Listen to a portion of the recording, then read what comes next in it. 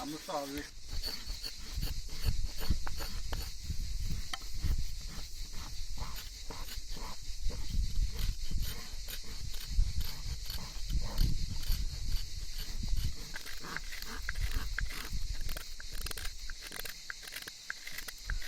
İleri çekelim.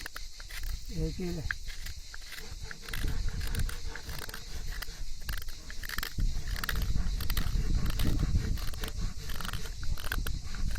Çocuktan beri kaşıklık yaparım. 10-15 senedir burada devam ediyorum tekrar.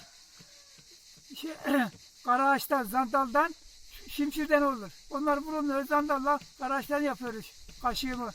Bu da kaşığı, kayva kaşığı, yumurta kaşığı yaptık durduk.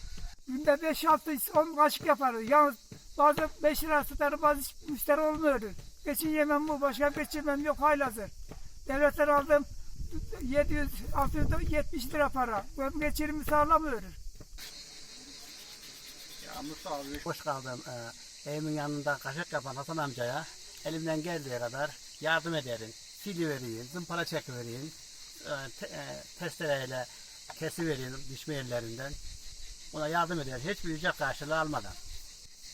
Yani güzel ne de konuşuyor. Aslında ben şu. İyi yandı.